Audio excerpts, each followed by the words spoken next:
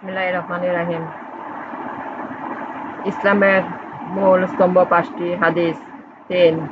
হযরত আব্দুল্লাহ ইবনে ওমর রাদিয়াল্লাহু আনহু বলেন, রাসূলুল্লাহ সাল্লাল্লাহু আলাইহি ওয়াসাল্লাম বলেছেন, ইসলাম ৫টি স্তম্ভের উপর স্থাপিত।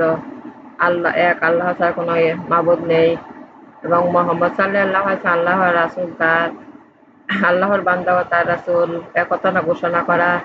২. নামাজ কায়েম করা। ৩. যাকাত আদায় করা। ৪. হজ পালন করা। ৫. রমজান মাসে রোজা রাখা। বুখারী ও মুসলিম।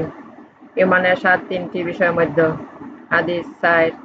হযরত আব্বাস ইবনে আব্দুল মুত্তালিব রাদিয়াল্লাহু আনহু বলেন, রাসূলুল্লাহ সাল্লাল্লাহু আলাইহি ওয়াসাল্লাম বলেছেন, সে ইমানের স্বাদ পেয়েছে যে আল্লাহর রব ইসলামকে দিন এবং মুহাম্মদ সাল্লাল্লাহু আলাইহি ওয়াসাল্লামকে রাসূল হিসাবে পেয়ে সন্তুষ্ট রয়েছে। মুসলিম।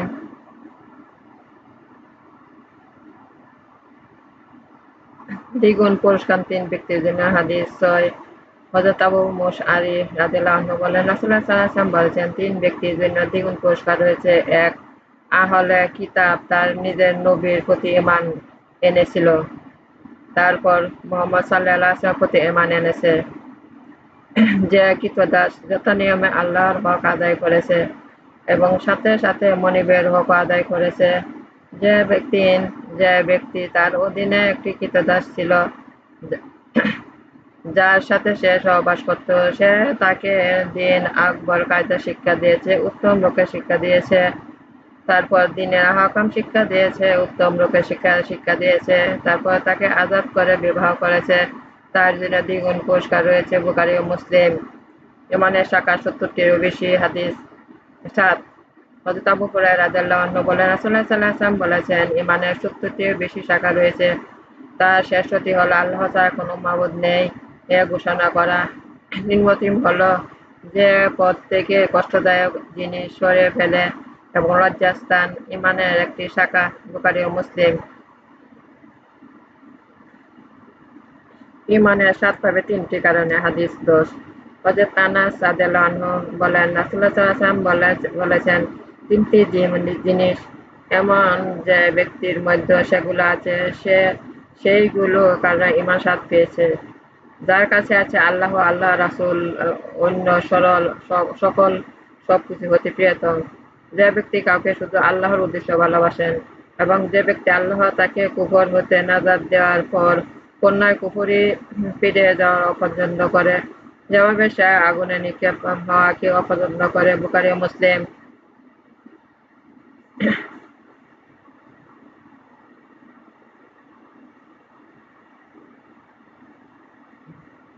রাসূল সাল্লাল্লাহু আলাইহি ওয়াসাল্লাম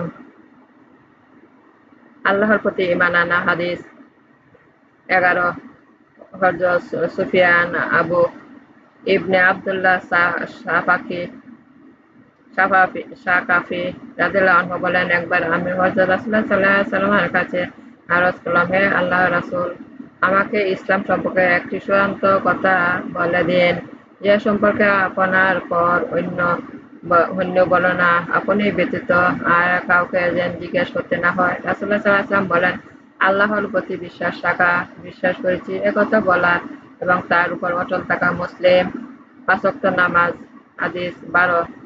হযরত তালহা ইবনে উবাইদুল্লাহ রাদিয়াল্লাহু আনহু বলেন, একজন নগরবাসী লোক এলোমেলো লোক এসে হযরত রাসূলুল্লাহ সাল্লাল্লাহু আলাইহি ওয়াসাল্লাম এর কাছে এসেছিল। আমরা তার ফিস ফিস শব্দ শুনতে পেলাম, কিন্তু কিছুইতে বুঝতে পারলাম না। এমনকি রাসূল সাল্লাল্লাহু আলাইহি ওয়াসাল্লামের কাছে এসে পৌঁছালো। সে ইসলাম সম্পর্কে প্রশ্ন করল। রাসূলুল্লাহ সাল্লাল্লাহু আলাইহি ওয়াসাল্লাম উত্তর দিলেন, দিনে রাতে ৫ বার নামাজ পড়া। সে বলল, এছাড়া আর কোনো নামাজ ফরজ আছে কিনা? রাসূলুল্লাহ সাল্লাল্লাহু আলাইহি ওয়াসাল্লাম বললেন, না, অবশ্যই তুমি স্বেচ্ছায় নফল নামাজ পড়তে পারো। তারপর রাসূলুল্লাহ সাল্লাল্লাহু আলাইহি ওয়াসাল্লাম বললেন, রমজানের মাসে রোজা রাখা। সে বলল, এছাড়া আমার উপর আরো কোনো কিছু ফরজ আছে কিনা? রাসূলুল্লাহ সাল্লাল্লাহু আলাইহি ওয়াসাল্লাম বললেন, তবে যদি স্বেচ্ছায় নফল রোজা রাখো। হযরত তালহা বলেন, এভাবে রাসূল সাল্লাল্লাহু আলাইহি ওয়াসাল্লাম তাকে যাকাতের কথাও বলেন। সে ব্যক্তি জিজ্ঞাসা করল, এটা আমার উপর আর কোনো যাকাত আছে কিনা? রাসূল সাল্লাল্লাহু আলাইহি ওয়াসাল্লাম বলেন, না, কিন্তু যদি ইচ্ছা করো দান করতে পারো। তালহা রাদিয়াল্লাহু আনহু বলেন, তারপর একথা বলতে বলতে চলে গেলেন, আল্লাহর কসম, এটার উপর আমি আর বেশি কিছু করব না এবং এটা চেয়ে কম করব না। রাসূল সাল্লাল্লাহু আলাইহি সাল্লাম বললেন, লোকটি সাফল্য লাভ করলো যদি সে সত্য বলে থাকে। বুখারী ও মুসলিম।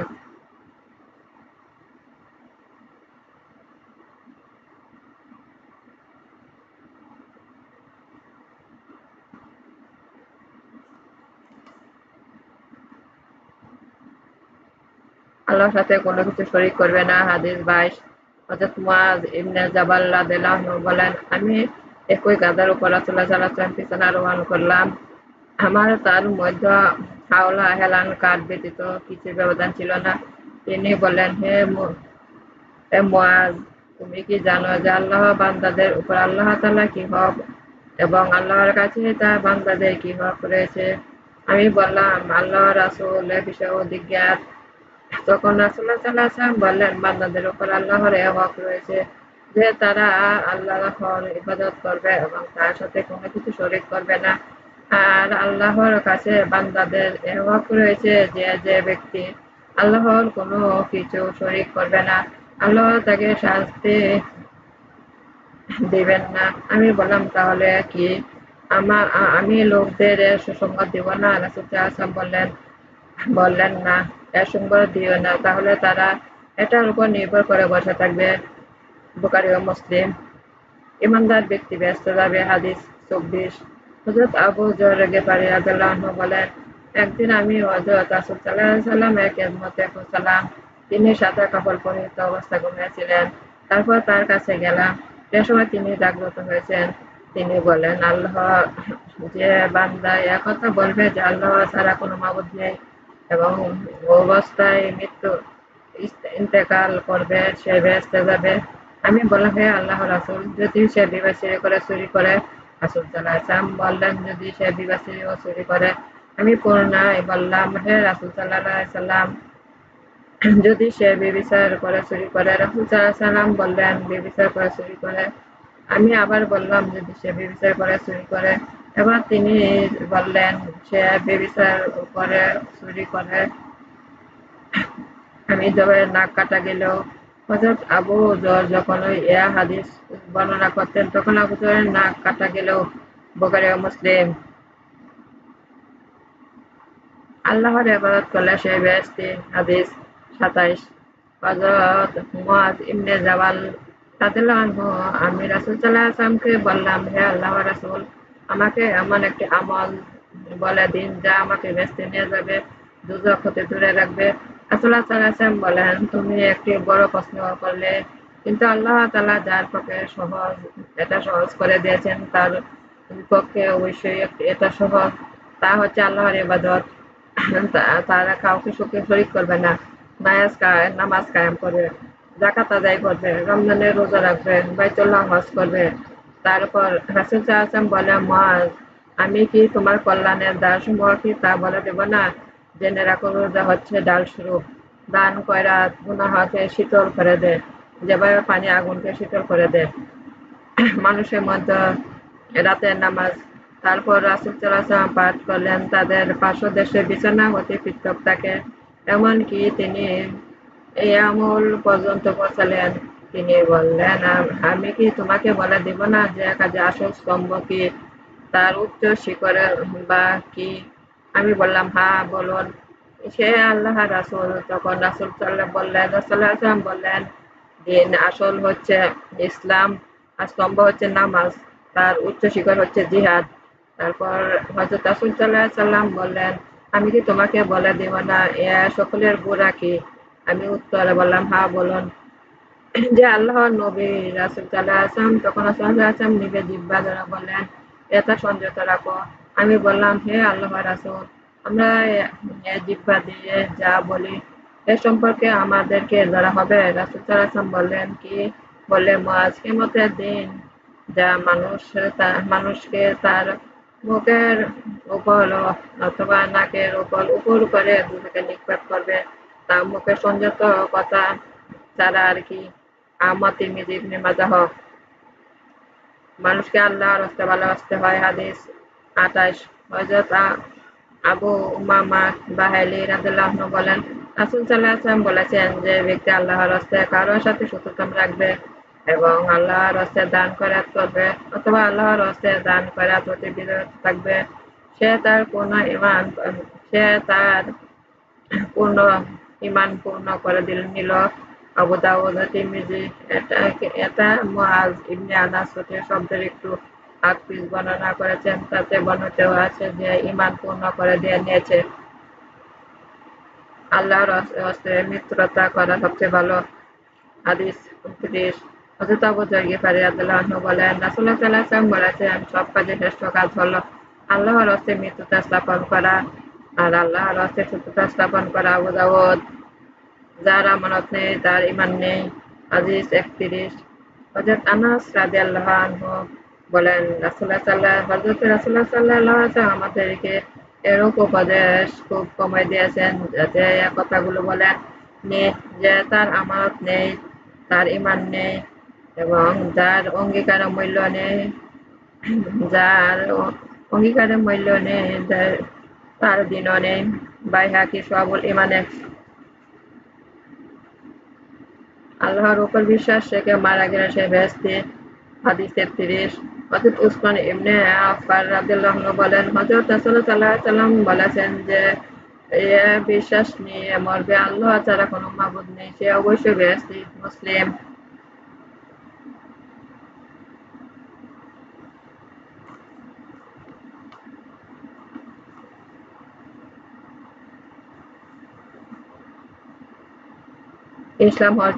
ইসলাম হচ্ছে মার্জিন কথা, কুলাত্মকে খাদ্য দান করা। হাদিস 41।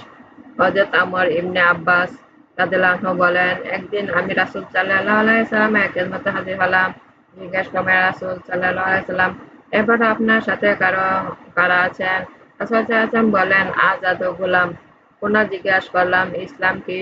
রাসূল সাল্লাল্লাহু আলাইহি ওয়াসাল্লাম বলেন, মার্জিত ক্ষুধার্তকে খাদ্য দান করা।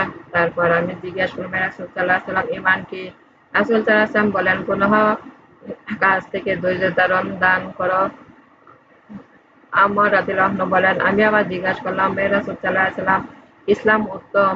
রাসূল সাল্লাল্লাহু আলাইহি ওয়াসাল্লাম বলেন, যার হাতে জবান থেকে মুসলমানরা নিরাপদ। আমর রাদিয়াল্লাহু আনহু বলেন, আমি পুনরায় জিজ্ঞেস করলাম, হে আল্লাহর রাসূল, কোন ঈমান উত্তম? রাসূল সাল্লাল্লাহু আলাইহি ওয়াসাল্লাম বলেন, কুনুতকে দীর্ঘ করা। আমর রাদিয়াল্লাহু আনহু বলেন, আমি পুনরায় জিজ্ঞেস করলাম, হে আল্লাহর রাসূল, কোন হিজরত উত্তম? রাসূল সাল্লাল্লাহু আলাইহি ওয়াসাল্লাম বললেন, তোমার প্রভু যা পছন্দ করেন না তা বর্জন করা। আমর রাদিয়াল্লাহু আনহু বলেন, আমি আবার জিজ্ঞেস করলাম, হে আল্লাহর রাসূল, কোন জিহাদ উত্তম? রাসূল সাল্লাল্লাহু আলাইহি ওয়াসাল্লাম বললেন, যার গোরা হাত পা কর্তৃত নিজের রক্তকে প্রবাহিত হয়েছে তার জিহাদ। আমর রাদিয়াল্লাহু আনহু আবার বললেন, কোন সময় উত্তম? রাসূল সাল্লাল্লাহু আলাইহি ওয়াসাল্লাম বললেন, শেষ রাত। মধ্যম সময় উত্তম। আহমদ।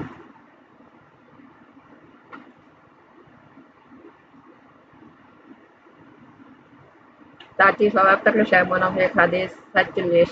হযরত আব্দুল্লাহ ইবনে আমর রাদিয়াল্লাহু আনহু বলেন, রাসূলুল্লাহ সাল্লাল্লাহু আলাইহি ওয়াসাল্লাম বলেছেন, চারটি স্বভাব যার মধ্যে থাকবে সে পাক্কা মুনাফিক। যার মধ্যে একটি থাকবে তার মধ্যে একটি স্বভাব থাকবে যে পর্যন্ত না সে পরিহার করবে। যখন তার কাছে কিছু আমানত রাখা হয় সে খেয়ানত করে। সে যখন কথা বলে মিথ্যা বলে। যখন সে ওয়াদা করে তা ভঙ্গ করে। যখন কারোর সাথে কলহ করে তা অশ্লীল ভাষা ব্যবহার করে। বুখারী ও মুসলিম।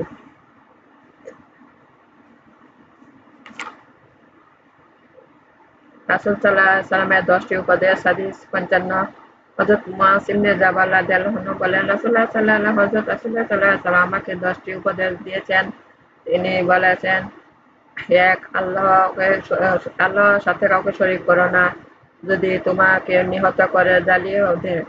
২. তোমার পিতা-মাতা অবাধ্য হবে না, যদি তারা তোমাকে পরিবার, পরিজন, মাল-মাতা ছেড়ে যেতে বলেন। ৩. ইচ্ছা করে কখনো ফরজ তরক করবে না, কেননা যে ইচ্ছা করে ফরজ নামাজ তরক করে তার পক্ষে আল্লাহ প্রদত্ত দায় উঠে যাবে। ৪. কখনো শরাব পান করবে না, কেননা শরাব নামাজ তরক করবে তার পক্ষে আল্লাহর প্রদত্ত উঠে যাবে, কেননা শরাব অস্থিরতা সেরা মূলক। ৫. সাবধান, গুনাহ থেকে বেঁচে থাকবে, কেননা গুনাহ দ্বারা আল্লাহ ক্রোধ পৌঁছে থাকে। ৬. খবরদার, জিহাদ হতে পলায়ন করবে না। যদি সকল লোক ধ্বংস হয়ে যায়। ৭ যখন লোকদের মধ্যে মহামারী দেখা দিবে, তুমি সেখানে সেখানে থাকবে, তখন সেখানে অবস্থান করবে। ৮ তোমার সামর্থ্য অনুযায়ী তোমার পরিবারের জন্য ব্যয় করবে। ৯ তাদের পরিবারের লোকদের আদব কায়দা শিক্ষা দান ব্যাপারে শাসন হতে কখনো বিরত থাকবে না। ১০ আল্লাহ সম্পর্কে তাদের ভয় প্রদর্শন করতে থাকবে। আহমদ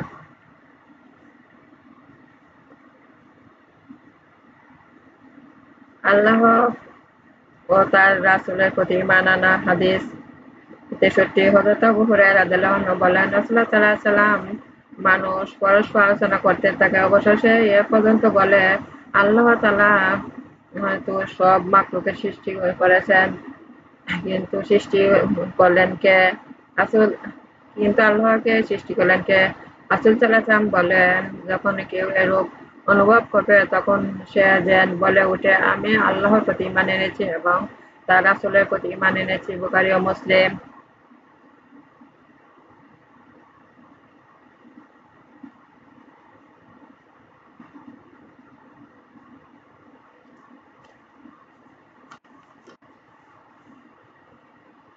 আমার নামাজ আমার উপাসনা আমার জীবন আমার মত আল্লাহ আল্লাহর কাছে আত্মসমর্পণ করছি। হে আমার রব, আমাকে আল্লাহর আনুগত্য বানান, রাসূলের আনুগত্য বানান, আল্লাহর উপদেশ পালন করতে শক্তি দান করুন, দুনিয়া আখিরাতে কল্যাণ দান করুন, দুর্যোগের বিপদ আমাকে রক্ষা করুন।